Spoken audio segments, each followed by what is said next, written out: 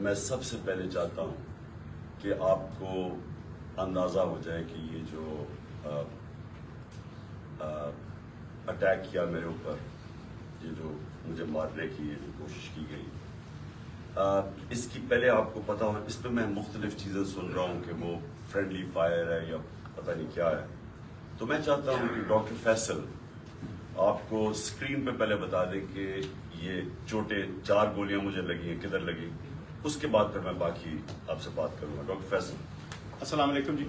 میں اگلے چند لمحات میں آپ کو ایکس رے اور ان کے جو کچھ امیجز ہیں ان کے ذریعے، سی ٹی اسکین کے امیجز کے ذریعے بتانے کی کوشش کروں گا کہ جو خان صاحب کو چوٹیں آئی ہیں ان کی کیا نوعیت ہے اور وہ ایکس رے اور اسکین میں کس طرح سے نظر آ رہی ہیں. آپ کو سب سے پہلے تو آپ کی توجہ اس طرح دلاتا ہوں جس کی یہاں لکھا ہے رائٹ تھائی. یہ ایکس ریز ہیں 2 اور یہ دونوں جو ہیں یہ دائیں ٹانگ کے ہیں. ٹانگ کا جو اوپر والا حصہ ہوتا ہے یہ سائڈ سے ہے جس کو لیٹرل ویو بولتے ہیں، اور یہ سامنے سے ہے. آپ دیکھ سکتے ہیں کہ یہاں 2 1 اور 2 اور یہ وہی 2 آپ کو 1 اور 2 سامنے سے نظر آ رہے ہیں ٹکڑے یا گولیاں جو ہیں. یہ اگر ہم پھر ٹانگ کے نچلے حصے پہ چلیں تو آپ کو 2 علاوہ اس کے ٹکڑے اور گولیاں نظر آ رہی ہیں، ایک یہ اور ایک یہ دوسری والی. اور آپ نوٹ کریں گے کہ یہ جو دوسرا ہے اس نے ٹبیا کو، یہ جو ہڈی ہے ٹانگ کی نچلی جو اس کو ٹبیا بولتے ہیں، اس کے اوپر اس نے یہاں سے ڈیمیج کیا. اور جب آپ سائیڈ ویو دیکھیں تو واضح طور پہ نظر آتا ہے کہ جہاں اس نے فریکچر کاز کیا ہے، یعنی ہڈی کا ٹکڑا اکھیڑا ہے اس سے. پھر یہ جو ہے یہ بائیں سائڈ ہے، لیفٹ تھائی کی ایکس ریز ہیں. یہاں بھی آپ نوٹ کریں گے کہ یہ چھوٹے چھوٹے کچھ ٹکڑے ہیں جو ایک، بلکہ جو پٹالا یہ جو چھوٹی ہڈی ہوتی ہے سامنے گھٹنے کے اس کے بھی ساتھ ہے. یہ نسبتاً چھوٹے تھے اور انہوں نے شکر ہے بائیں سائڈ کے اوپر کوئی فریکچر کاز نہیں کیا. اچھا، اس کے علاوہ جو ہم آپ کو دکھانا چاہتے ہیں وہ یہ کہ یہ پھر سے دائیں ٹانگ نظر آ رہی ہے اور یہ جو بلٹ ہے یا جو اس کا فریگمنٹ ہے اس کے ساتھ یہ فریکچر ہوا واضح طور کے اوپر نظر آ رہا ہے، یہ دائیں سائڈ. اچھا، اسی طرح میں جو بہت اہم بات ہے آپ کو دکھانا چاہتا ہوں وہ یہ کہ اس اسکین کے اندر یہ جو آپ کو یہ دائیں ٹانگ ہے اور یہ جو لکیر نظر آ رہی ہے یہ یوں چلتی ہوئی، یہ والی یہ دائیں سائڈ کی مین جو آرٹری ہوتی ہے، شریان ہے وہ ہے. اور اس کے آپ دیکھ سکتے ہیں کہ ادھر اور اس کے بالکل قریب دوسری طرف جو بلٹ کے فریگمنٹس ہیں وہ نظر آ رہے ہیں. اس سے واضح ہوتا ہے کہ یہ جو ہماری مین آرٹری گزر رہی ہوتی ہے، شریان گزر رہی ہوتی ہے، اس کے کتنے قریب یہ ٹکڑے موجود ہیں. اس کا یہ جو بڑی شریان ہوتی ہے ٹانگ کی، ظاہر ہے اس نے پوری ٹانگ کو بلڈ سپلائی کرنی ہوتی ہے، اس کے ذریعے بہت سارا خون جاتا ہے اور خدا نہ خواستہ اگر اس شریان کو کوئی انجری ہو یا یہ کٹ جائے تو پھر بہت تیزی سے بلیڈنگ ہوتی ہے. اور آپ کو میں نے دکھایا بڑا واضح طور پہ صاف نظر آ رہا ہے کہ یہ اس شریان، اس آرٹری کے کتنا قریب یہ ٹکڑے موجود تھے. ان کو نکال دیا گیا سرجری کے ذریعے دائیں طرف سے، اور 4 فریگمنٹ یا ٹکڑے جو ہیں ادھر سے نکالے جا چکے ہیں اور وہ جسے کہتے ہیں ہمارے پاس موجود ہیں. اور بائیں طرف سے کوئی ہمیں ٹکڑا نکالنے کی ضرورت اس لیے نہیں پڑی کہ وہ کسی میجر اسٹرکچر کو ٹچ نہیں کر رہے تھے یا خطرہ نہیں ڈال رہے تھے، یا پوٹینشلی خطرہ نہیں ڈال رہے تھے. تو یہ جو 4 فریگمنٹ ہیں ان کی تصاویر بھی آپ کو دکھائی ہیں، اسکینز بھی، اور ان کی جو نوعیت ہے اور ان کا خطرے کی نوعیت ہے وہ بھی آپ کے سامنے میں نے رکھی ہے. بہت شکریہ. جی شکریہ. کون سا کیمرہ جس میں نے بات اس میں؟ جی اچھا جی، اس کے اوپر تو میں بعد میں آتا ہوں کہ یہ جو اٹیک کیا گیا اس کی میں تفصیل آپ کو بعد میں بتاتا ہوں، کیونکہ مجھے ایک دن جانے سے پہلے پتہ چل گیا تھا کہ یا انہوں نے وزیر آباد اور یا گجرات میں پلان کیا ہوا تھا مجھے مارنے کا، اور تو وہ اس کی میں تفصیل آپ کو بعد میں بتاؤں گا. اس سے پہلے میں صرف اپنی قوم کے سامنے ایونٹس رکھنا چاہتا ہوں جو پچھلے 6 مہینے میں ہوئے. یہ ضرور آپ کو سمجھنا ہے کہ اس قوم سے ہوا کیا ہے. مارچ 6 یا 7 کو مراسلات ہے. ڈونلڈ لو ایک American under secretary of state حکم کرتا ہے پاکستان ایمبیسڈر کو، بلکہ اس کو دھمکی دیتا ہے کہ اگر عمران خان کو نہ ہٹایا تو پاکستان کو مشکلات کا سامنا کرنا پڑے گا، اور اگر ہٹا دیا تو سب کچھ ٹھیک ہو جائے گا. اور اگلے دن اور نو کانفیڈنس موشن عدم اعتماد کی تحریک جمع کروائی جاتی ہے اسمبلی میں، اور دیکھتے دیکھتے سارے ہمارے لوگ، ایک منڈی لگتی ہے سندھ ہاؤس میں، اور لوگ بیٹھنا شروع ہو جاتے ہیں۔ یہ یاد رکھیں کہ گورنمنٹ کبھی ہارتی نہیں ہے نو کانفیڈنس۔ وہ کیوں نہیں ہارتی؟ کیونکہ گورنمنٹ کے پاس گورنمنٹ کے وسائل ہوتے ہیں، ہمارے پاس گورنمنٹ کا پیسہ ہوتا ہے۔ ہم چاہتے ہیں تو منڈی لگی ہوئی تھی نا، وہ 20 کروڑ 25 کروڑ آفر کر رہے تھے، ہم زیادہ پیسے دے دیتے، گورنمنٹ کا پیسہ تھا جو پہلے ہوتا رہا۔ اور یہ جو پیسہ انہوں نے استعمال کیا، یہ بھی چوری کا پیسہ تھا، یہ کوئی ڈکلیئرڈ پیسہ تو نہیں تھا، یہ بلیک کا پیسہ تھا، یا انہوں نے سندھ گورنمنٹ کا پیسہ خرچ کیا تو انہوں نے خرید لیے لوگ۔ ہم نے پرنسپل فیصلہ کیا کہ ہم اس آکشن کے اندر حصہ نہیں لیں گے، کیونکہ اگر ہم گورنمنٹ کا پیسہ استعمال کرتے ہیں تو ہم لوگوں کا پیسہ، عوام کا پیسہ چوری کرتے ہیں، جو عوام کی ان کا حق ہے۔ گورنمنٹ گر جاتی ہے۔ سارے سمجھتے ہیں کہ جناب اب تحریک انصاف کی قبر کھد گئی ہے، عمران خان ہمیشہ کے لیے گیا اور مٹھائیاں بٹے گی۔ لیکن پاکستانی قوم وہ کرتی ہے جو اس نے کبھی پہلے کیا ہی نہیں۔ تو 10 تاریخ کو، اور میں آپ کو خود کہہ رہا ہوں 10 اپریل کو، میں خود ہی حیران کہ جو شام کو سینز دیکھے، جو لوگ سڑکوں کے اوپر آئے، جس طرح لوگ نکلے، میں بشرا بیگم کے ساتھ بیٹھا تھا تو ہم خود حیران رہ گئے کہ یہ ہوا کیا ہے۔ ہوا یہ کہ یہاں 90 کی دہائی میں 2 حکومتیں کرپشن میں نکالی گئی۔ جب وہ کرپشن میں جاتی تھی اور اسٹیبلشمنٹ نکالتی تھی، لوگ مٹھائی بانٹتے تھے۔ پھر جنرل مشرف آ گیا، 2 دفعہ کرپشن میں ان گورنمنٹس کو نہ کہ وہ خود اس نے مارشل لا لگا دیا، لوگوں نے مٹھائیاں بانٹی، لوگ ان کی کرپشن سے تنگ تھے، ان 2 جماعتوں کی۔ اس کے بعد جنرل مشرف نے ان کو این آر او دے دیا، وہ واپس آ گئے۔ فیصلہ جنرل مشرف نے کیا این آر او دینے کا، جب اس کے پاس رائٹ ہی نہیں تھا کہ عوام کا پیسہ چوری، کرپشن کا مطلب ہوتا ہے عوام کا پیسہ چوری ہوگا، تو عوام کا پیسہ چوری ہوگا، جنرل مشرف معاف کر دیتا ہے ان کو، وہ آ جاتے ہیں۔ اور 10 سال 4 گنا پاکستان کا قرضہ بڑھتا ہے۔ کرپشن کیسز انہی دوروں میں ان کے بنتے ہیں۔ یہ جو اب این آر او لے رہے ہیں 2، یہ 95% کرپشن کیسز اس 10 سال کے بنے ہوئے تھے۔ 4 گنا پاکستان کا قرضہ بڑھ جاتا ہے۔ مجھے لوگ ووٹ دیتے ہیں اس لیے کہ لوگ ان سے تنگ تھے۔ اور اس کے بعد وہی اسٹیبلشمنٹ فیصلہ کرتی ہے کہ اب چینج کی وقت آ گیا، اور وہ ان کو واپس لے آتی ہے، اور یہی کانسپریسی ہوتی ہے باہر، ایک بیرونی کانسپریسی اندر، اور یہ فیصلہ ہو جاتا ہے۔ کہتے جی ہم نیوٹرل ہو گئے ہیں۔ نیوٹرل کا کوئی بھی مطلب لے لیں، مطلب تو یہ ہے کہ انہوں نے پتا تھا کہ سازش ہو رہی ہے، راستہ نہیں روکا، یہ آ جاتے ہیں۔ اب ہوتا کیا ہے، اسٹیبلشمنٹ کو اس ملک میں عادت پڑ گئی تھی کہ جدھر وہ لوگوں کو دھکیلیں گے لوگ ادھر چلے جائیں گے۔ جب وہ چینجز لے کے آتے ہیں، مٹھائیاں بڑھتی ہیں۔ اسٹیبلشمنٹ کو یہ عادت تھی۔ ان کو ایک دھچکا پڑا کہ اس باری پاکستانی قوم نے فیصلہ کیا کہ نہیں، یہ جو 30 سال سے ملک کو چوری کر رہے ہیں، ہم ان کے ساتھ نہیں جانا چاہتے، اور اس لیے وہ پبلک سڑکوں پہ آ گئے۔ میرے عوام سے میں اٹھا ہوا ہوں۔ میں نے تو کوئی بڑی کسی ملٹری اسٹیبلشمنٹ کے اندر میری پارٹی تو نہیں بنی تھی، جس طرح نواز شریف بنا تھا یا جس طرح ذوالفقار علی بھٹو بنا تھا۔ میں تو 22 سال سٹرگل کر کے عوام سے اوپر آیا تھا، تو میں نے تو عوام میں واپس جانا تھا۔ اور عوام نے جس طرح میں اب کیا کہوں، میری پذیرائی کی، جس طرح انہوں نے میری حوصلہ افزائی کی، میں تو خود ہی اس پہ بھی حیران رہ گیا۔ گرمی کی انتہا، یعنی اس باری اپریل اور مئی دنیا میں کہتے ہیں کہ پاکستان سب سے گرم ملک تھا، اتنی گرمی تھی، اور ایک سے ایک بڑا جلسہ پبلک نے آنا شروع ہو گیا۔ ہم نے لانگ مارچ اناؤنس کی 25 مئی کو۔ جب ہم نے لانگ مارچ اناؤنس کی تو انہوں نے 3 لانگ مارچز ہمارے خلاف کی۔ ہم نے سمجھا کہ آئین اور قانون ہمیں اجازت دیتا ہے، ہم نے ان کو کہیں روکا نہیں تھا، ہم نے ان کو اجازت دے دی، تو یہ بھی میں آنے دیں گے۔ انہوں نے جو تشدد کیا،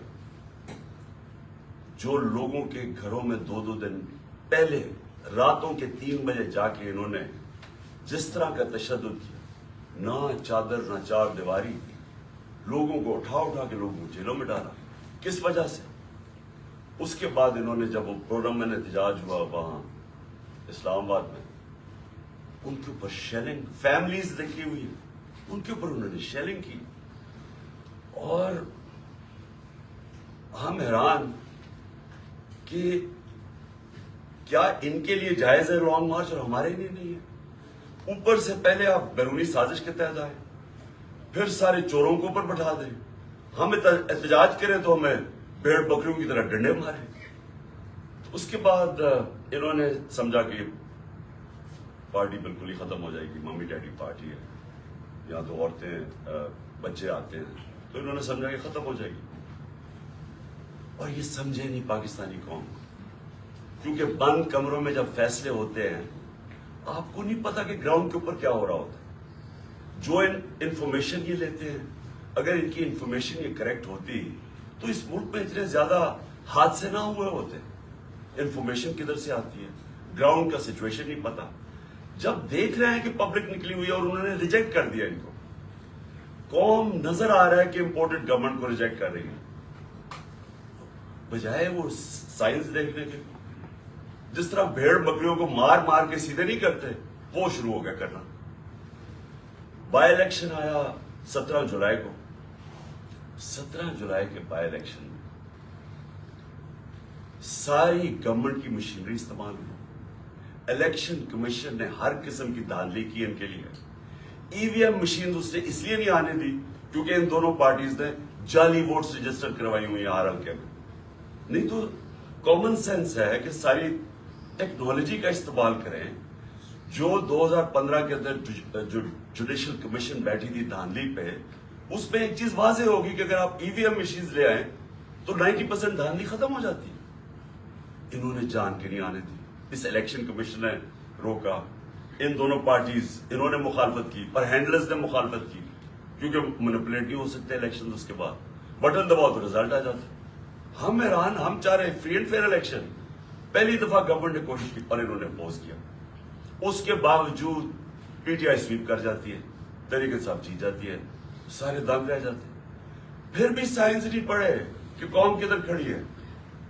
اس کے بعد مزید اور پریشر، دھمکیاں، اور اس کے بعد کیا ہوتا ہے کہ ایک چینج ہوتا ہے، ایک ہینڈلر آ جاتا ہے Islamabad, Faisal, general Faisal, major general Faisal, وہ کہہ کے آتا ہے کہ میں اب تمہیں بتاؤں گا کہ میں کیسے ان کو سیدھا کرتا ہوں، اور سختیاں شروع ہو جاتی ہیں۔ جو تحریک انصاف کے لیے میڈیا کور کر رہے ہیں ان کے لیے سختیاں، جو جرنلسٹ تحریک انصاف کو فیور کر رہے ہیں ان کے اوپر سختیاں۔ ہمارے ممبرز کو اپروچ کیا جا رہا ہوتا ہے کہ آپ ہمارے ایم پیز کو، یہ ذرا سن، ایم پیز کو ڈرایا دھمکایا جا رہا ہے کہ اس کو چھوڑو عمران خان۔ کیا ڈرایا دھمکایا جا رہا ہے کہ ہمارے پاس وہاں کرپشن کیسز ہیں، اگر وہ نہیں مل رہا ہے تو ہمارے پاس ویڈیوز ہیں، آپ کی گندی ویڈیوز ہیں، وہ ہم بلیک میل کرنے کے لیے۔ یہ تماشا ہو رہا پاکستان میں کہ ہماری اپنی ایجنسیز اپنی ڈیموکریٹک پروسیس کو چلنے نہیں دے رہی اور یہ استعمال کر رہے ہیں، بجائے ریئلائز کریں کہ آپ نے غلطی کر دی ہے۔ لوگ چور نہیں ایکسپٹ کر رہے ہیں، اس کے باوجود ایک غلطی کو دہراتے جا رہے ہیں اور فورس کرتے جا رہے ہیں، لوگوں دھمکیاں آنی شروع ہو گئی۔ مجھے تب پتا چلا کہ میرے اوپر ایک انہوں نے پلان بنایا، کیونکہ آپ اچھا پھر الیکشن کمیشن کو استعمال کیا جا رہا ہے کسی طرح عمران خان کو ڈسکوالیفائی کرو۔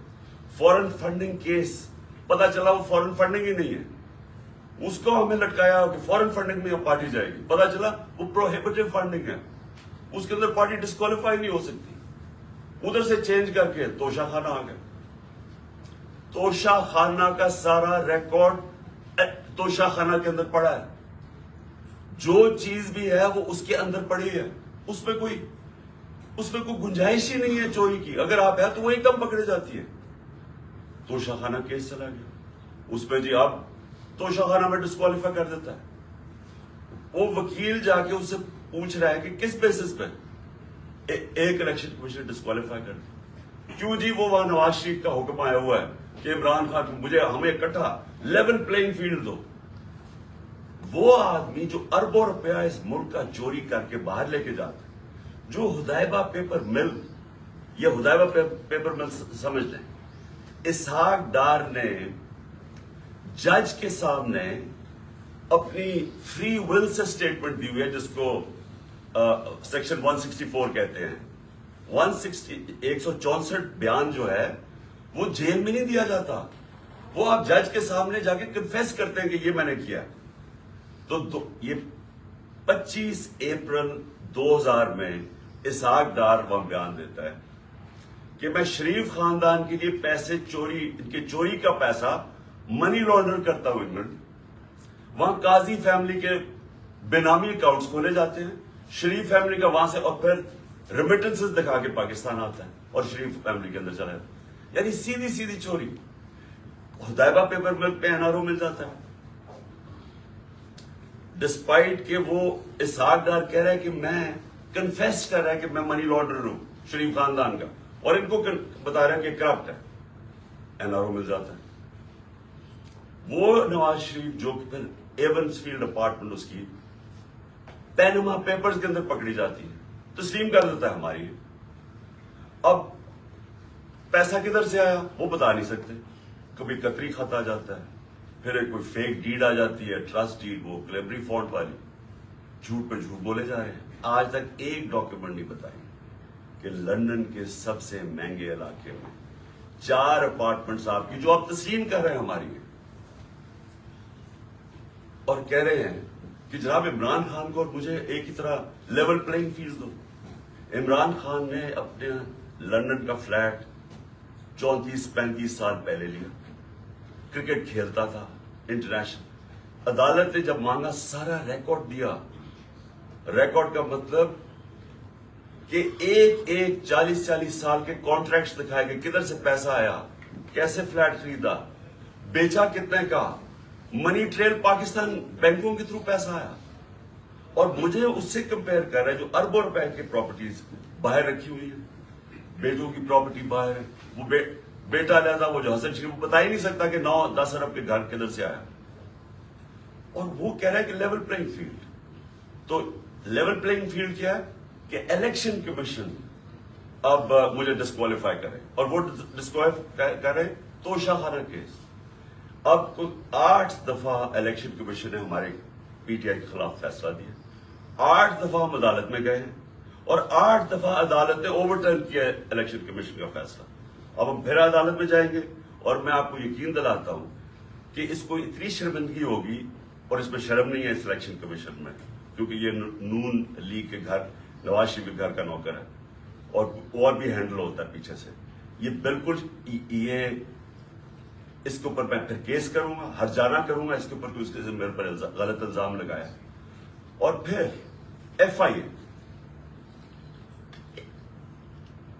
FIA کیسز کر رہی ہے.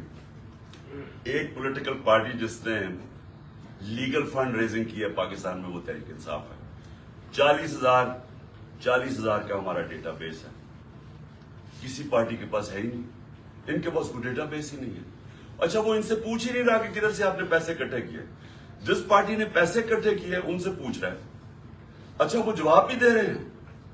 اب وہ کیا کر رہے ہیں کہ جنہوں نے 10 سال پہلے پیسے دیے تھے PTI کو، ان کو FIA کانٹیکٹ کر کے ان کو ہراس کر رہی ہے، تاکہ PTI کے جو ڈونرز ہیں وہ بھاگ جائیں PTI سے، کہ پیسہ نہ اکٹھا کر سکے PTI. وہ پارٹی جو پبلک سے پیسہ جو ساری دنیا میں ہوتا ہے، اس پارٹی کو بند کرنے کی کوشش کر رہے ہیں. وہ جو 2 پارٹیز بتا ہی نہیں سکتی کہ پیسہ کدھر سے اکٹھا کرتے ہیں. اور اس کا ورڈ ہے کرونی کیپٹلزم. یہ پہلے بزنس مین کے ساتھ بزنس کرتے ہیں، اور پھر ان سے پھر ان کو پیسے، ان کو موقع دیتے ہیں پیسے بنانے کا، پھر ان کے ساتھ یا پروفٹ شیئرنگ کرتے ہیں، اور پھر ان سے ڈونیشن لے لیتے ہیں. ان کے پاس تو ڈونر بیس کوئی نہیں ہے. ہم کیوں فیصلے کر سکتے ہیں پبلک کے لیے؟ ہم کیوں بڑے بڑے مافیاز کے خلاف کھڑے ہوئے، جس طرح شوگر مافیا؟ کیونکہ ہمارے پاس پبلک کا ڈونر بیس ہے. ہم پبلک سے پیسے اکٹھے کرتے ہیں، اس لیے ہم پبلک کے انٹرسٹ کے لیے کھڑے ہو سکتے ہیں. یہ ہے چھوٹی سی ایلیٹ انٹرسٹ پروٹیکٹ کرنے کے لیے مافیاز کے ساتھ آئی. تو FIA ہمارا نقصان پہنچا رہی ہے ہمیں کہ ہمارے کیسز ہمارے تاکہ ہمارے ڈونرز بھاگ جائیں. اس کے علاوہ انہوں نے صحافیوں سے کیا کیا جب سے یہ آئے ہیں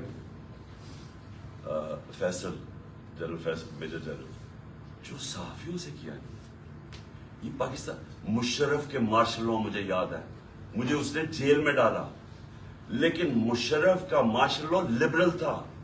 اس کے مقابلے میں جو آج کل ہو رہا ہے, جو صحافیوں سے ہو رہا ہے, جو عمران ریاض اس کو پکڑ کے جیل میں ریاض امیر اس کو مار پٹوائی, ذلیل کروایا, سمیع ابراہیم سینئر ریسپیکٹڈ لوگ, اس کو غلام حسین چودھری تقریباً 80 سال کا, اس کو پکڑ کے جیل میں ڈال دیا. اور جو ارشد شریف سے کیا, یعنی یہ تو یہ قوم کبھی معافی نہیں کرے گی ان لوگوں کو جنہوں نے ارشد شریف میری نظر میں پاکستان کا نمبر 1 انویسٹیگیٹو جرنلسٹ تھا اور نمبر 1 کریڈیبلٹی تھی.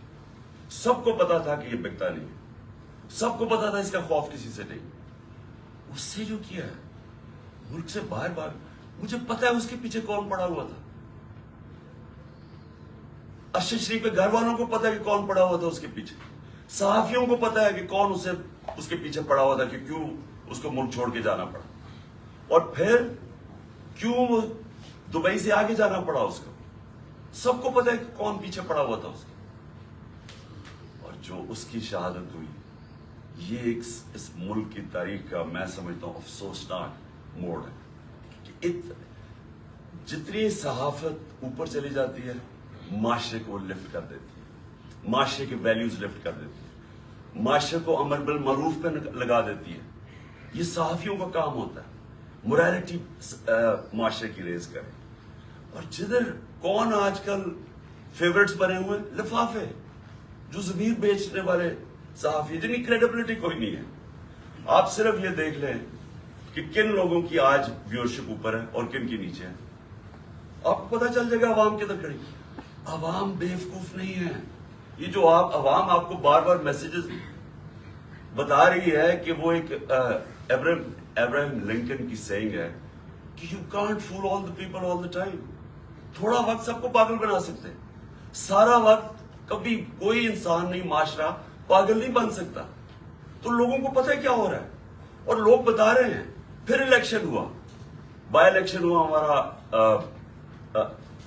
9 سیٹوں میں کھڑا ہوا صرف ایک پوائنٹ بتانے کے لیے کہ عوام کدھر کھڑی. 9 سیٹوں میں سے 8 جیتا. یہ ورلڈ ریکارڈ ہے, دنیا میں کبھی ایک پارلیمنٹرین 12 سیٹیں نہیں ایک اسمبلی میں جیتا. پھر عوام بتا رہی ہے وہ کدھر کھڑے, لیکن نہیں, عوام کی نہیں سننی. کسی طرح عمران خان کو ڈسکوالیفائی کرو, کسی طرح اس کے اوپر کیسز بناؤ, کسی طرح اس کو گندا کرو, اس کے اوپر مڈ سلنگنگ کرواؤ, اس کو ثابت کرو کہ جناب یہ بھی باقیوں کی طرح ہے, اور یہ ثابت کرو کہ جناب یہاں پالیٹیشنز یہ تو سارے ایک ہی طرح کے ہیں اور جو بھی فیصلہ ہوگا وہ پیچھے بیٹھ کے ہینڈلز کریں گے. لیکن جب انہوں نے دیکھا جلسے ریکارڈ, میں پتہ نہیں 60-70 کتنے جلسے کر بیٹھا ہوں, میں نے کبھی پاکستانی قوم کو ایسے نہیں نکلتے. الیکشن ریزلٹس آپ کے سامنے, انہوں نے فیصلہ کیا, اور فیصلہ پہلے کیا مجھے مروانے کا. 4 لوگوں نے بند کمرے میں فیصلہ کیا مجھے مروانے کا. میں ٹی وی پہ جا کے لوگوں کو بتایا کہ انہوں نے فیصلہ کیا. میں نے ویڈیو بنائی, 4 لوگوں کے نام میں نے دیے, میں نے ویڈیو باہر رکھی ہوئی کہ اگر مجھے کچھ ہوا یہ ویڈیو ریلیز کریں گے, تاکہ یہ 4 لوگ یہ نہ ہو کہ یہاں ہمیشہ کوئی مر جاتا ہے تو اس کا کوئی پوچھتا نہیں ہے بعد میں. تو میں کہا تاکہ قوم کو, دنیا کو پتا ہو, میرے ملک کو پتا ہو کہ کس نے یہ کیا. اس کے بعد یہ فیصلہ, یہ بند کمروں میں کس کو کسی طرح عمران خان کو مارو.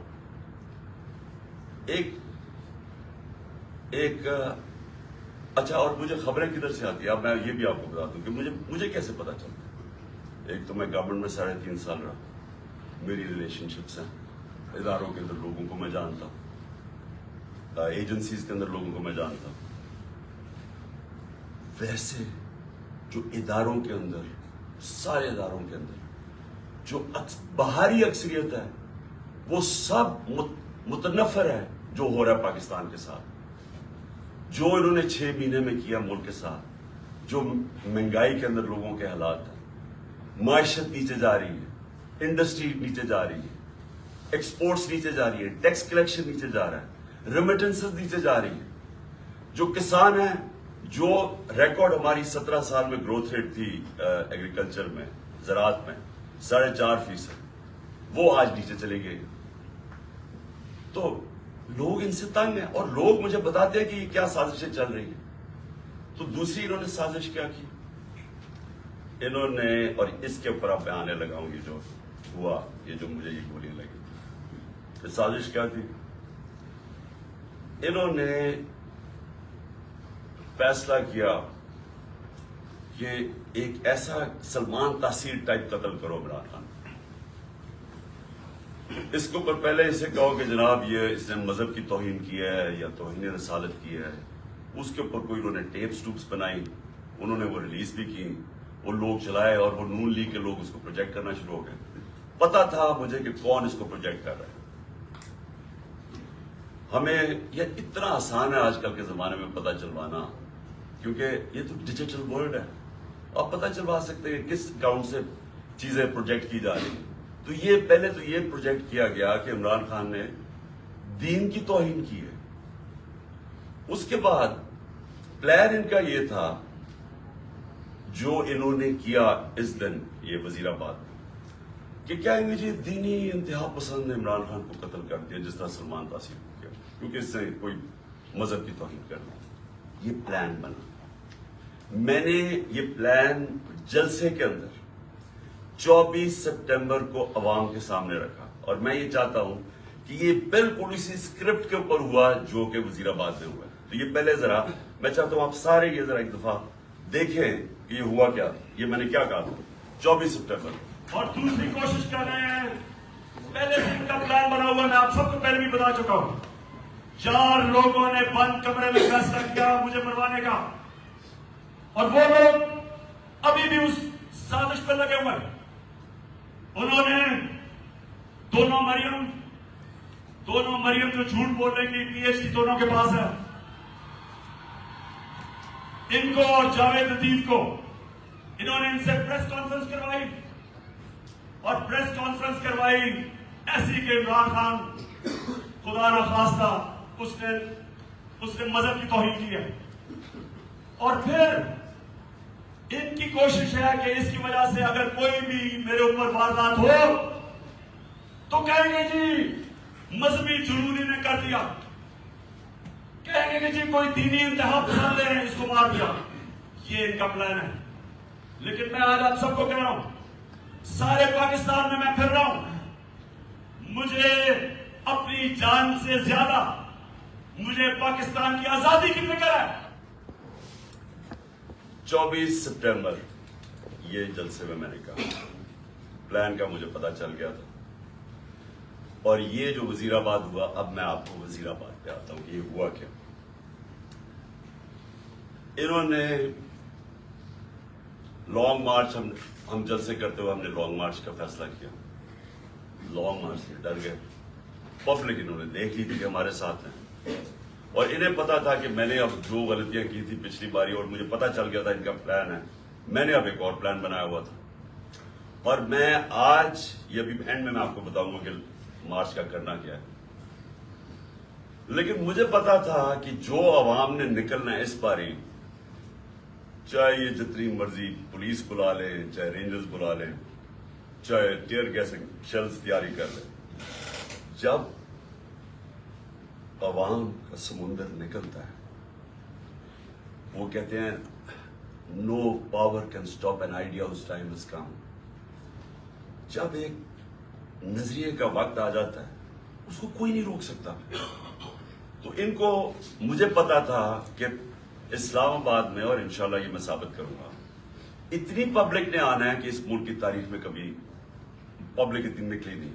اور وہ یہ بھی خوفزدہ تھے، ہیں بڑے بزدل، آپ کو پتا ہے کرپٹ لوگ, دو قسم کے لوگ بڑے بزدل ہوتے ہیں, ایک ظالم اور ایک کرپٹ.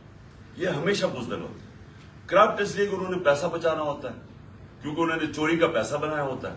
سارا وقت ڈر ہوتا ہے کہ کہیں چوری کا پیسہ نہ چلا جائے, اور وہ پھر اس پیسے کو بچانے کے لیے ہر انتہا پہ جاتے ہیں. اور دوسرے جو ظالم لوگ ہوتے ہیں, ظالم ہمیشہ بزدل ہوتا ہے کیونکہ وہ ڈرپوک ہوتا ہے, وہ ظلم کرتا ہے لوگوں کو.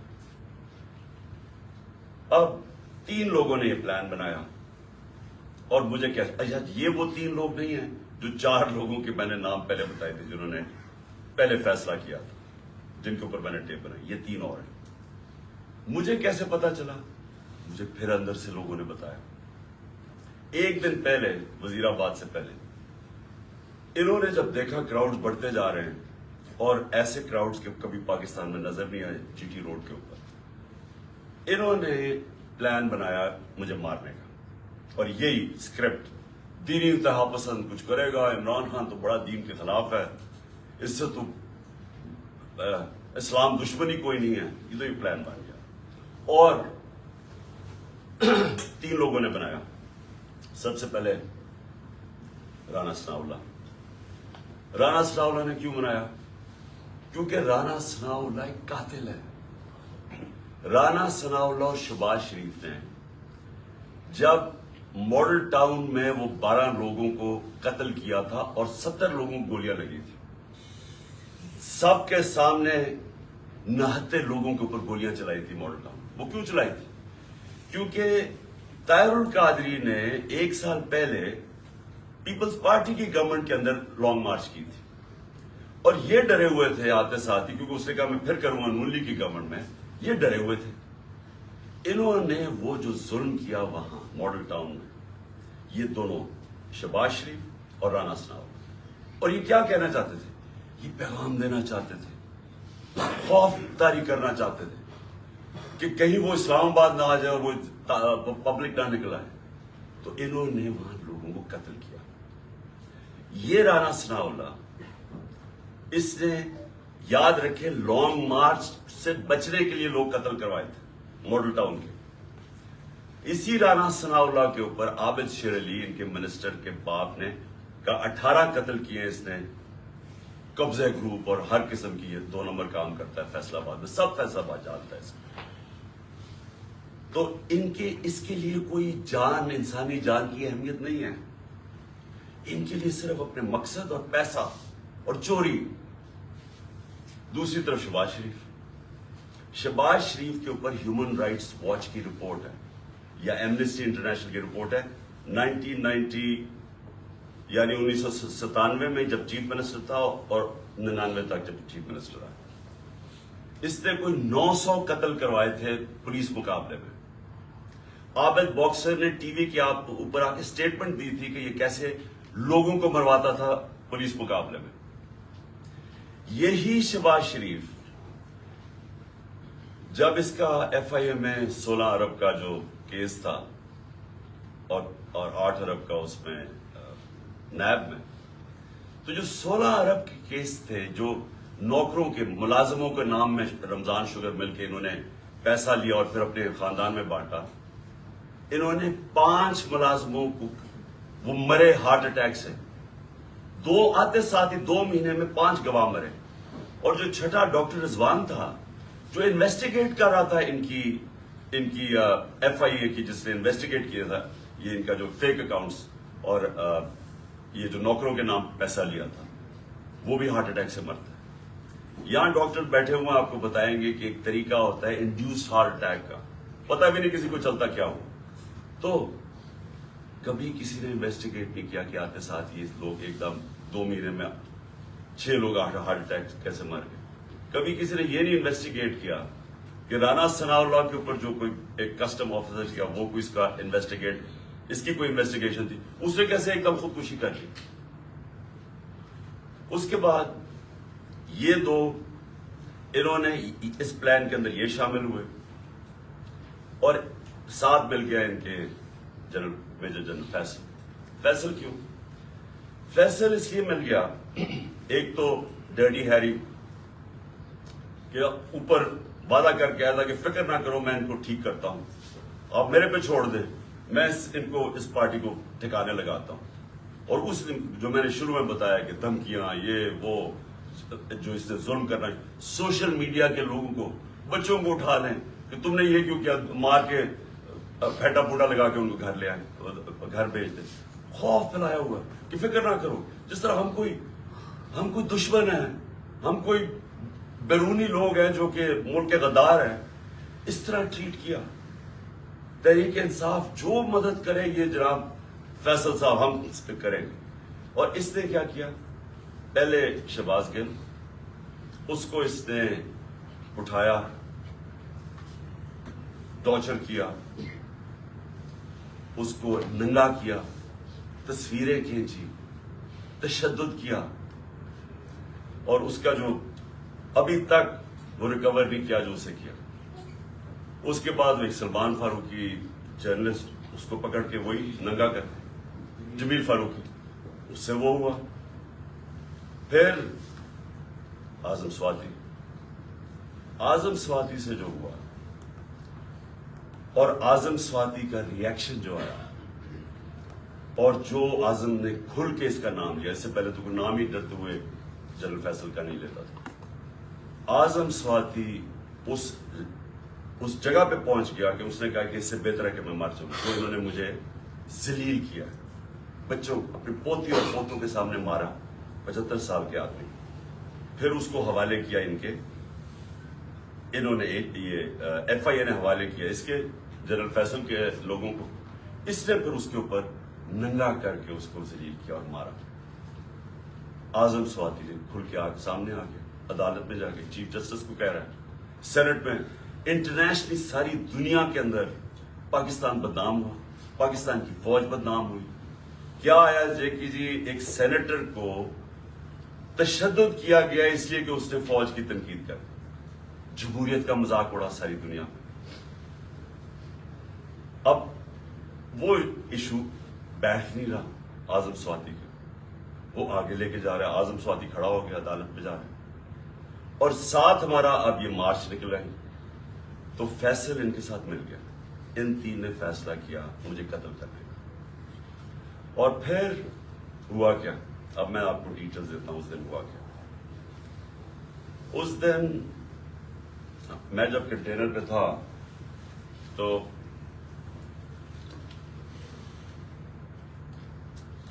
ایک دم گولیوں کا ایک برسٹ آتا ہے, میری ٹانگ پہ گولیاں لگتی ہیں, میں گر جاتا ہوں. اور جب میں گر رہا ہوتا ہوں تو دوسرا برسٹ آتا ہے. یہ ایک برسٹ ادھر سے آتا ہے اور دوسرا برسٹ آگے سے آتا ہے. 2 آدمی تھے, اور جب میں گر رہا ہوتا ہوں تو میرے اوپر سے گولیاں جاتی ہیں. یعنی کہ اگر یہ سنکرونائز کر دیتے, میرے خیال میں ان کا اس میں نے بچنا ہی نہیں تھا. اگر یہ دونوں جو میرے کلر نے اکٹھے اگر مارنا تھا تو اس نے ادھر سے مارنا تھا, تو یہ تو جدھر سے اس نے مارنا تھا, جس نے بچنا ہی نہیں تھا, کیونکہ سامنے سے مارنا تھا, وہ سائڈ سے مارا تھا.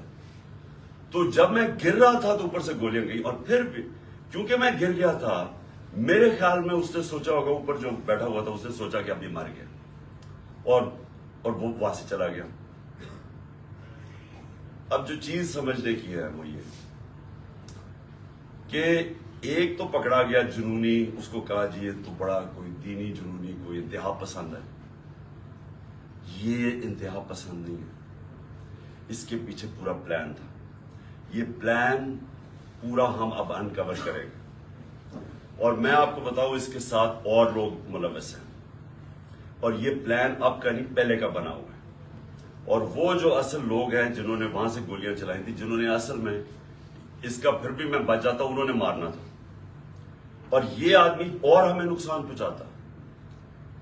2 ہیرو نہ نکل آتے, ایک تو شہید معظم, میں اس کو آج سلام پیش کرتا ہوں, 2 بچوں کے ساتھ گیا ہوا, وہ میری,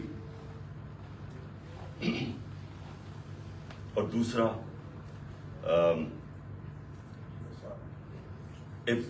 ابتسام,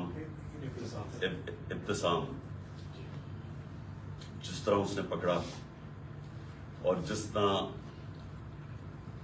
اس کی اگر دلیری نہ ہوتی تو اس نے بس مارنے تھے تو اور تباہی کر سکتا تھا. 11 لوگوں کو گولیاں لگی اور ایک ہمارا معظم شہید ہوا.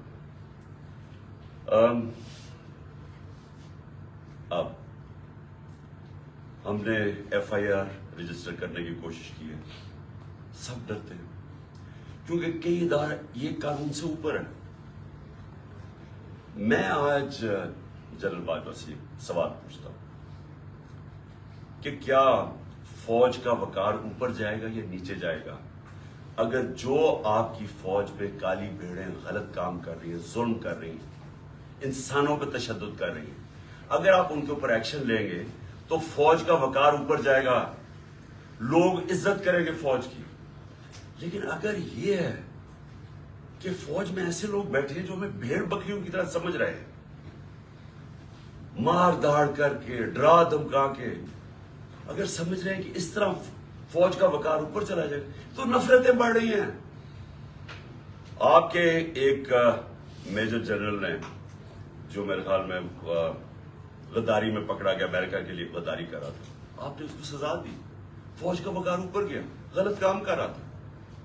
تو کیا یہ اب میجر جنرل فیصل اس کی تفتیش ہونے دیں گے آپ؟ اور کیا اس ملک میں اب تفتیش ہو سکے گی جب جنرل فیصل کے اوپر الزام ہے, انٹیریئر منسٹر ثناء اللہ کے اوپر الزام ہے, اور تیسرا پرائم منسٹر شہباز شریف کے اوپر الزام ہے؟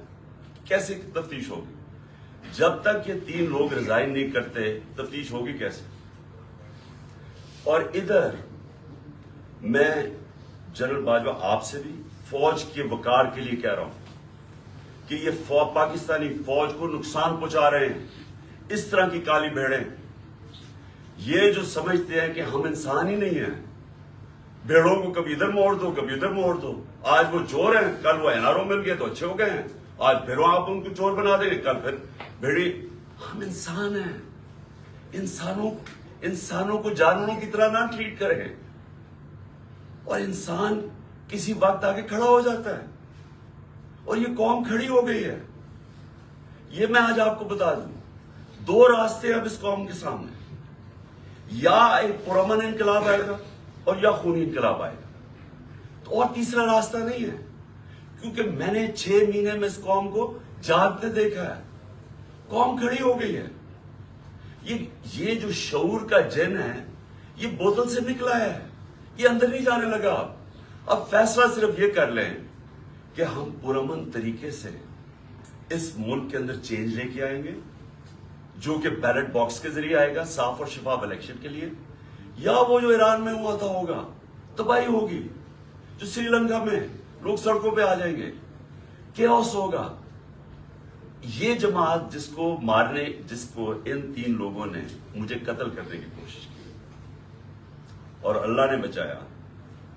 جس طرح ابھی ڈاکٹر فیصل نے کہا کہ یہ جو گولی میری یہ ادھر اوپر کی ٹانگ پہ لگی, وہ ایک گولی میری جو وہ اصل آرٹری ہے اس کے نیچے سے نکل گئی اور ایک اس کے پاس آ کے رک گئی.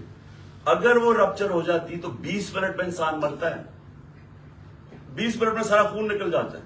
اگر تو سیدھا ہاسپٹل نہ ہو 20 منٹ میں مر گیا آدمی. تو اللہ نے اگر مجھے یہ بچایا ہے, جو مجھے آج زندہ رکھا ہے, یہ صرف اللہ کا کرم ہے. انہوں نے تو پوری کوشش, کوئی کسر نہیں چھوڑی تھی. انہوں نے تو ایک ادھر سے اور ادھر سے سامنے والے نے مارنا تھا.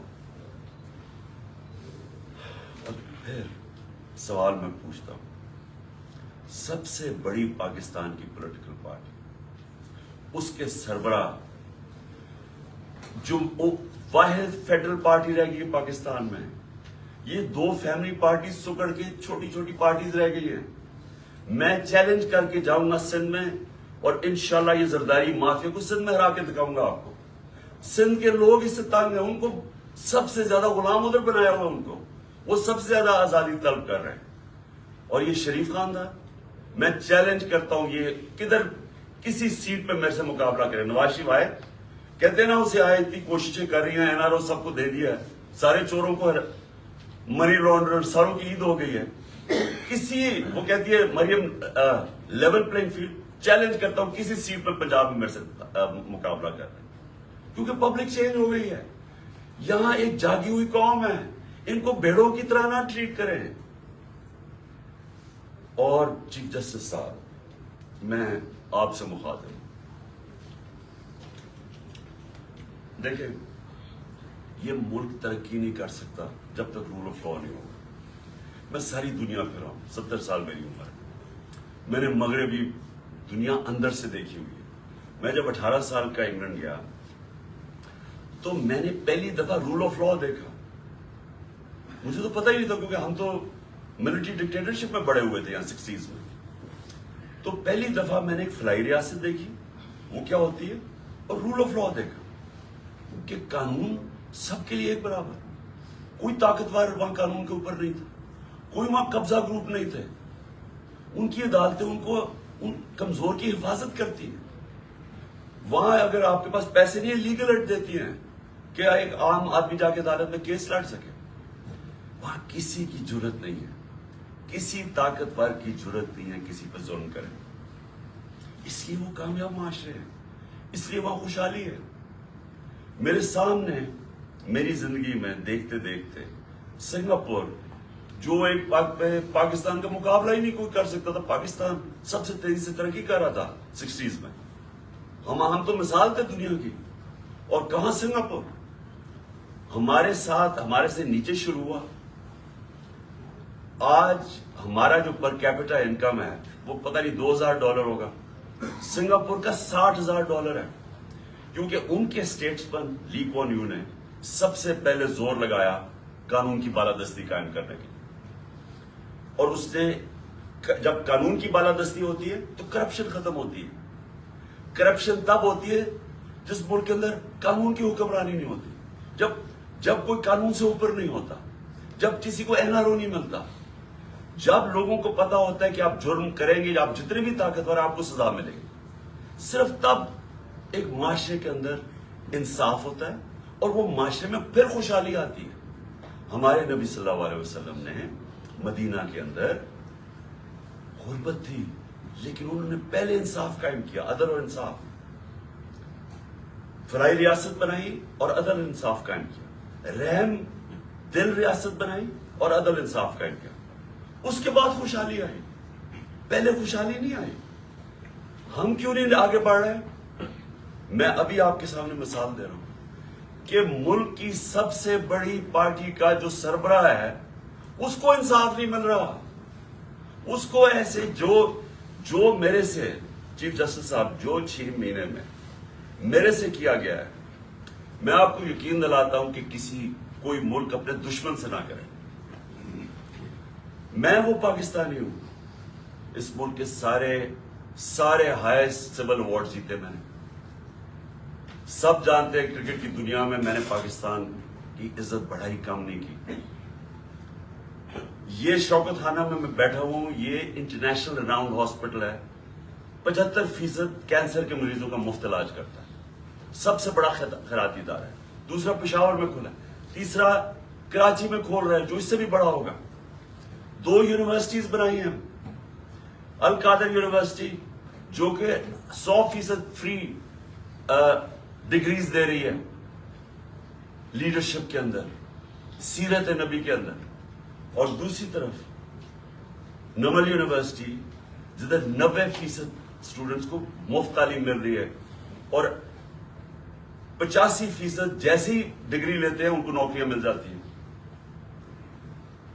2 یونیورسٹیز، 2 ہاسپٹل، تیسرا ہاسپٹل. یہ دنیا میں کوئی جانتے ہیں کسی پولیٹیشین نے ایک بھی بنایا ہو؟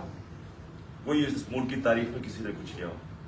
اور پھر ایک پارٹی بنائی جو کہ سب سے بڑی آج پارٹی ہے پاکستان، 12 سیٹیں جیتا.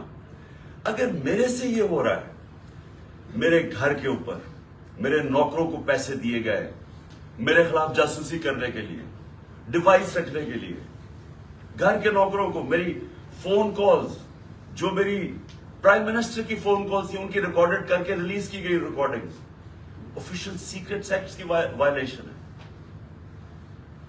لوگوں کو جو ہمارے ڈونرز تھے ان کو ڈرایا دھمکایا گیا. ہر حربہ جو استعمال ہو سکتا ہے کہ ایک دشمن کے خلاف وہ میرے خلاف، یعنی یہ جو یہ میسج پہنچواتا ہے یہ جو الیکشن کمیشن ہے، جی میں نہیں کر رہا، پیچھے سے مجھے حکم ہے۔ ایف آئی اے والے جو پھر ہم نہیں کر رہے جی، میں پیچھے سے حکم ہے۔ وہ 25 مئی میں وہ جو پولیس والوں نے ظلم کیا تھا ہمارے، ہم کیا کریں جی، ہمیں پیچھے سے حکم ہے۔ یعنی یہ ایک پاکستان کی جمہوری پارٹی سے مذاق ہو رہا ہے، ظلم ہو رہا ہے، یہ قوم کو تباہ کر رہے ہیں، قومیں تباہ ہوتی ہیں ایسے۔ ایسٹ پاکستان میں کیا ہوا تھا؟ سب سے بڑی جو جماعت الیکشن جیتی اسی کے خلاف ملٹری ایکشن کر دیا، ان کو جو رائٹ تھا ان کا وہ نہیں دیا۔ میں 18 سال کی عمر میں انڈر 19 میچ کھیلنے گیا ادھر، مارچ 1971، یہاں پریس سینسرشپ تھی، مجھے تو پتا ہی نہیں تھا کہ کتنی نفرت ہے وہاں۔ کیوں نفرت تھی وہاں؟ کیونکہ ہم ان کو رائٹ نہیں دے رہے تھے، وہ الیکشن جیت گئے ہیں، ان کا پرائم منسٹر ہے۔ یہاں فیصلہ ہوا جی ہم نے ان کو نہیں بننے دینا، اور ہم نے اس کے خلاف ملٹری ایکشن کا منہ توڑ دیا۔ اسی ایسٹ پاکستان میں اپنے پاکستانیوں کو بتانا چاہتا ہوں، کیونکہ یہ مجھے سب سے زیادہ تکلیف ہوئی اس کی، کہ 18 سال کے بعد، یہ 71 تھا، 18 سال کے بعد میں پاکستان ٹیم کیپٹن ایک بنگلہ دیش ایک ایگزیبیشن میچ کھیلنے گیا ہندوستان کے خلاف۔ دو ایگزیبیشن میچز تھے، وہ 2 میچز ہم جیت گئے، وہ 2 میچ سیریز جیت گئے۔ میرے پاکستانیوں، وہاں جدھر نفرت تھی پاکستان سے 1971 میں، کیونکہ ہم ان کو رائٹ نہیں دے رہے تھے، انصاف نہیں کر رہے تھے، 50,000 لوگوں کا اسٹیڈیم ایک ہی نعرہ مارا تھا، پاکستان زندہ باد، پاکستان زندہ باد۔ ہوٹل سے جدھر ہمارا ہوٹل تھا اور جدھر اسٹیڈیم تھا، اسٹیڈیم سے ہوٹل تک لوگ سڑکوں پہ لائنوں پہ کھڑے ہوئے تھے، پاکستان زندہ باد۔ تو میں نے تب مجھے پتا چلا یہ کتنی بڑی ٹریجڈی ہے کہ ہم نے کتنا ظلم کیا ان لوگوں کے ساتھ جو ہمیں چھوڑنا نہیں چاہتے تھے، لیکن ہم نے ان سے انصاف نہیں کیا۔ اب وہی کرنے جا رہے ہیں، سب سے بڑی پارٹی کو دیوار کے ساتھ لگا رہے ہیں اور اس کے لیڈر کو قتل کر رہے ہیں، کوشش کر رہے ہیں۔ کیوں؟ کیونکہ چوروں کا ٹولہ اوپر جو بٹھا دیا ہے، ہم بھیڑ بکریاں مان نہیں رہے ان کو، اس لیے قتل کرو اس کو، جو ملک کی سب سے بڑی پارٹی ہے، تاکہ اگر عمران چلا جائے گا تو پارٹی تتر بتر ہو جائے گی۔ جو پارٹی فیڈریشن کو اکٹھا رکھ سکتی ہے وہ تو صرف تحریک انصاف ہے۔ ملٹری، اگر ملٹری اب ملک کو اکٹھا رکھ سکے تو ایسٹ پاکستان نہ ٹوٹتا۔ پولیٹیکل پارٹیز ملک کو اکٹھا رکھتی ہے، ملٹری مدد کرتی ہے، یہ اٹھتا جا رہا ہے۔ یہ پھر کوئی تاریخ نہیں، ہم نے کچھ نہیں سیکھا۔ کیا ہوگا؟ مجھے پتا تھا جس دن میں نکل رہا تھا، مجھے پتا تھا کہ یہ آج یا کل انہوں نے میرے پہ کوئی واردات کر دی، کیونکہ مجھے پوری میسج آئی کہ جناب انہوں نے اب مجھے کہا کینسل کر دیں، اب نہ جائیں، انہوں نے مار دینا آپ کو۔ پہلے تو میں نے سوچا کہ کیا یہ واقعی کریں گے، کیا یہ واقعی یہ کر لیں گے کہ یہ ایک ملک کی ایک قوم کو نقصان پہنچائیں گے اپنے چھوٹے چھوٹے مفادات کے لیے، وہ اپنے پیسے بچانے کے لیے، کیونکہ ان کو سارا ڈر یہ ہے کہ اب یہ چوری کا پیسہ ہے، یہ جو NRO ہے ہم نے جو لے لیا ہے، اب کہیں عمران خان آ کے اس کو ریورس نہ کر دے بس، تو انہوں نے تو قتل اور جانا سلام اللہ، ان سے کیا ایکسپیکٹ کرتے۔ لیکن یہ جو فوج کا جنرل یہ ان کے ساتھ مل کے، اور یہ جو ہمارے سے ہوا ہے 6 مہینے، میں اپنی قوم سے سوال پوچھتا ہوں کہ کیا ہم اب ہمارا اب یہ سوال ہے، ہم نے اپنے آپ سے پوچھا کیا ہم نے ایسے ہی رہنا ہے یا ہم نے اپنی تقدیر بدل کے آزاد ہونا ہے؟ آزادی کے لیے قربانیاں دینی پڑتی ہیں۔ مجھے پتا تھا کہ انہوں نے واردات کرنی ہے، مجھے پتا تھا ایک یا اس دن ہونی تھی یا اگلے دن ہونی تھی، لیکن میرا یہ ایمان ہے کہ اگر آپ ان چوروں کی غلامی کے نیچے رہنا ہے، اس سے بہتر ہے زندہ نہ رہو۔ میں یہ طے کر کے آیا، اور میں جیسے ہی ٹھیک ہوں گا میں پھر نکلوں گا سڑکوں پہ، پھر میں کال دوں گا،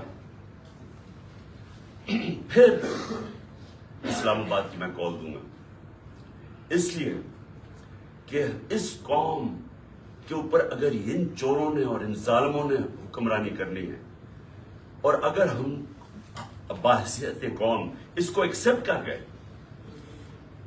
تو اس لیے پاکستان نہیں بنا تھا. یہ بڑی خواب تھی، اس لیے لاکھوں لوگ مرے نہیں تھے، شہادتیں نہیں ہوئی تھی. میں لاہور میں پڑا ہوا ہوں، ایک گھر نہیں تھا جو ایسٹ پنجاب سے جدھر لوگوں کی قربانیاں، عورتیں بچے جس طرح قتل عام ہوئی تھی. یہ بڑی قربانی کے بعد ملک بنا تھا. قائد اعظم جب پاکستان لینڈ کیا، انہوں نے 3 ہفتے پہلے، انہیں پتا تھا انہوں نے زندہ نہیں رہنا. کسی کو نہیں بتایا کہ اگر دشمنوں کو پتا چل گیا تو وہ انہیں پتا کہ اگر قائد اعظم فوت ہو گئے تو یہ ملک نہیں بنے گا. کسی کو پتا نہیں چلنے دیا. اور 3 ہفتے پہلے لینڈ کرتے ہیں کراچی، تو ایڈمرل جو ان کا اسسٹنٹ تھا اسے کہتے ہیں میں نہیں سمجھتا تھا کہ میری زندگی میں پاکستان بنے گا.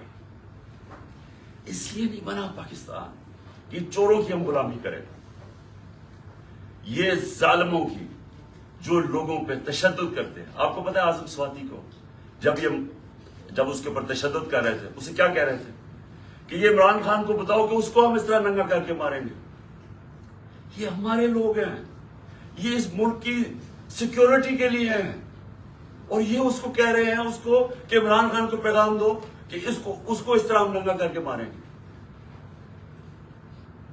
پنڈی کا وہ مسٹر وائی جو ملتان کا ہے، مسٹر وائی بیٹھا ہوا ہے، وہ ہمارے ایم پیز کو بلا کے کہہ رہے ہیں کہ دیکھو یہ پی ٹی آئی کی کوئی فیوچر نہیں ہے، اور عمران خان کو تو ہم نے وہ کرنا ہے جو اعظم سواتی سے کیا.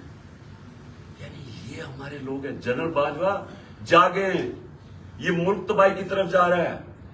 یہ اگر آپ نے ان کے اوپر کالی بھیڑوں پہ ایکشن نہ لیا، یہ نفرتیں بڑھتی جائیں گی، یہ قوم ٹوٹنے کی طرف جائے گی. عمران خان کو جب اللہ نے لے کے جانا ہے، میں تو تیار ہوں اس کے لیے. ملک کا سوچیں، اپنی ذات سے نکل جائیں باہر کہ جی چھوٹے چھوٹے مفادات کے لیے، اپنی ذات کے لیے. یہ چوروں نے تو اپنے پیسے کے لیے، ہم اپنے ملک کو قربان کر رہے ہیں. جو لوگ سڑکوں پہ ہیں، ان کی شکلیں دیکھیں، ان کی آنکھیں دیکھیں، آپ کو نظر آئے گا کہ یہ تلاش میں ہے کہ وہ پاکستان جدھر یہ آزادی سے رہے، جدھر کوئی کسی کو اجازت نہ ہو کہ کمزور کے اوپر کوئی ظلم کرے. تھانے کچہری کے اندر بیچارہ غریب آدمی ٹھوکریں کھاتا پھرتا ہے، اس کو انصاف نہیں ملتا، اس کی زمینوں پہ قبضے ہو جاتے ہیں. اور یہ بڑے بڑے ڈاکو ہر باری آ کے اپنی ساری چوری معاف کروا لیتے ہیں. 1100 ارب روپے کی یہ چوری معاف کروا رہے ہیں اپنے. 1100 ارب روپے کا این آر او لے رہے ہیں، ملک کو تباہی کے اندر ڈال کے، معیشت تباہ کر کے، مہنگائی میں لوگوں کو پھنسا کے، اور صرف اپنے پیسے بچانے کے لیے این آر او لے رہے ہیں. اور ان کو کوئی فکر ہی نہیں ہے. ملک کو جو مرضی ہو، ان کے تو پیسے باہر پڑے ہوئے ہیں. ان کے لیے ہمارے اوپر تشدد کیا جا رہا ہے، جس کا جینا مرنا پاکستان میں، جن کے پیسے باہر پڑے ہوئے ہیں، جو عیدیں باہر ہیں، جو ان کی شاپنگ باہر ہے، بچے باہر ہیں، جنہوں نے جائیدادیں باہر بنائی ہوئی ہیں، بلینز آف ڈالر کی پراپرٹی ہے، ان کے لیے ہمیں قربان کر رہے ہیں. اور غدار پھر کون رہا؟ کون ہے پاکستان کا غدار؟ میرے اوپر غداری کا پرچہ کر دیا. شہباز گل کے اوپر کسٹوڈیل ٹارچر ہوئی، یہ دنیا میں بینڈ ہے. اس کے اوپر میں نے آواز اٹھائی اور میں نے کہا کہ جس نے ریمانڈ میں بھیجا اس آدمی کو جس کے اوپر کسٹوڈیل ٹارچر ہو، اس کے اوپر قانونی کارروائی کریں گے. میرے پہ دہشت گردی کا پرچہ لگا دیا. تو یہ پاکستان کدھر جا رہا ہے؟ ہم وہ خود بھولے نا. جو قوم اپنے نظریے سے ہٹتی ہے وہ مر جاتی ہے.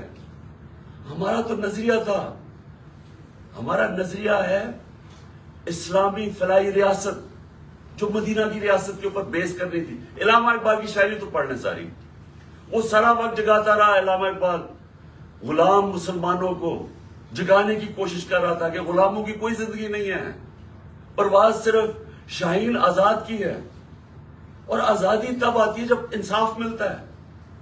انصاف جب تک نہیں ملتا وہ قوم آزاد نہیں ہوتی. یا انصاف ہی نہیں ہے چیف جسٹس صاحب؟ یہاں میں آپ کو گارنٹی کرتا ہوں کہ جب تک یہ ریزائن نہیں ہوں گے تفتیش ہی نہیں ہو سکتی. تینوں تو وہ ملوث ہیں جن کے نیچے تفتیش ہے. تو چیف جسٹس صاحب اس ملک کو بچائے. آپ کی بڑی ذمہ داری ہے.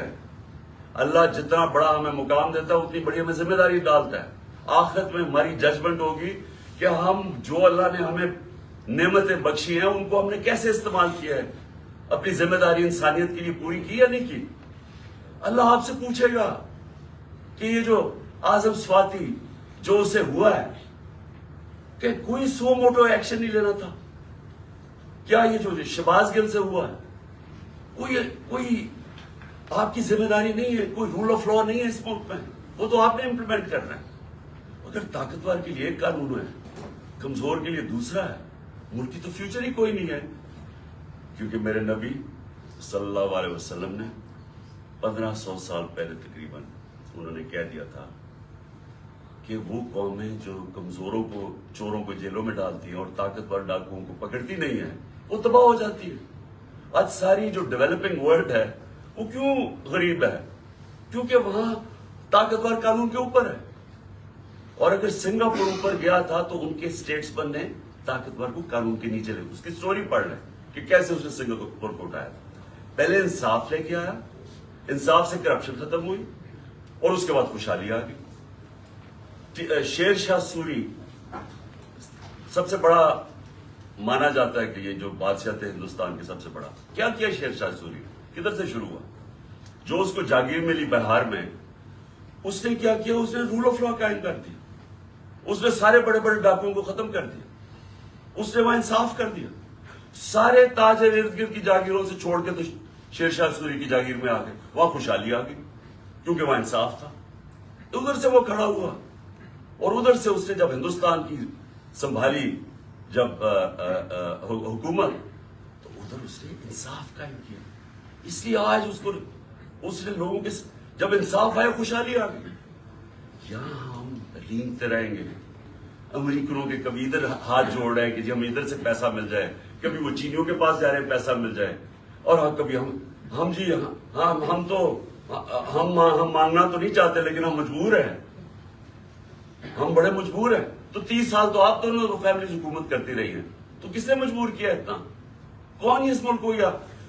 جب سے یہ دو خاندان آئے ہیں ہندوستان بھی آگے نکل گیا, بنگلہ دیش ہمارے سے آگے نکل گیا. جب بنگلہ دیش بنا تھا تو لوگوں نے یہاں کہا جی بوجھ ہے ہمارے اوپر بنگلہ دیش میں, غربت بہت زیادہ ہے. وہ آگے نکل گیا ہمارے سے. جب سے یہ دو خاندان آئے ہیں تو کہتا جی ہم مجبور ہیں, ہم تو مانگنے نہیں آئے لیکن ہم مجبور ہیں. آخر میں اپنے سارے پاکستانیوں کو جو پیغام دینا وہ یہ کہ دیکھیں, آپ نے سب نے, میں نے فیصلہ کیا پھر سے کہ جیسے میں یہاں سے ٹھیک ہوں گا میں سیدھا سڑک پہ, اور میں نے اسلام آباد کی کال دینی. آپ سب سے میں صرف یہ کہتا ہوں کہ اپنے بچوں, اپنے مستقبل کے لیے آپ نے کبھی کمپرومائز نہیں کرنا اپنی آزادی کے لیے. غلام قوم دنیا میں اس کی عزت نہیں ہوتی. ہر ایک پاس پہ پوچھے ہمارے پاکستانیوں سے کیا ہوتا ہے, دنیا عزت نہیں کرتی اور وہ قوم اوپر ہی نہیں جا سکتی. اگر ہم نے یہ غلامی کر کے اوپر جانا تھا تو ہم کب 40 سال سے تو میں جانتا ہوں غلامی کر رہے ہیں. وہ کوئی امریکن آتا ہے اس کے پیر میں گر جاتے, کوئی گورا رنگ دیکھتے ہیں اس کے جوتے پالش کرنے شروع کر دیتے. وہ جب سازش ہو رہی تھی تو مجھے یاد ہے کہ امریکن وہ عورت کوئی امریکن ایمبسی سے مریم نواز کو ملنے گئی, وہ گھر سے باہر گئی اس کو ریسیو کرنے. اسے ایسے ملے جیسے کوئی برطانیہ کی پتہ نہیں کوئی ملکہ آ گئی. اس کے سامنے صرف لیٹ ہی نہیں گئی کہ میرے اوپر سے چل کے جا کے اس کے جوتے نہ گندے ہو جائیں. اپنے آپ کو ہم ذلیل کرتے ہیں ساری جگہ دنیا کے اندر, کیونکہ ہم بیکاریوں کی طرح کرتے ہیں, قومی غیرت کھو بیٹھے. اور کیوں نہیں ہم آگے بڑھ سکتے؟ کیونکہ انصاف نہیں ہے. انصاف نہیں ہے, خوشحالی نہیں ہے, انصاف نہیں ہے, آزادی نہیں ہے. تو میرے پاکستانیوں, آپ نے سب نے جب تک یہ 3 لوگ ریزائن نہیں کرتے آپ نے پروٹیسٹ کرنا ہے. آپ نے سڑکوں پر پروٹیسٹ کرنا آپ کو آپ کا آئین رائٹ دیتا ہے. ظلم اور ناانصافی کے خلاف کھڑا ہونا آپ کا دین آپ کو حکم کرتا ہے. جہاد کرنا ہے. جہاد کیا ہے؟ ظلم کے سامنے کھڑے ہونا, ناانصافی کا مقابلہ کرنا, اپنی آزادی کے لیے کھڑے ہونا. یہ آپ کا فرض ہے. اور اللہ نے کیوں کیا ہوا ہے؟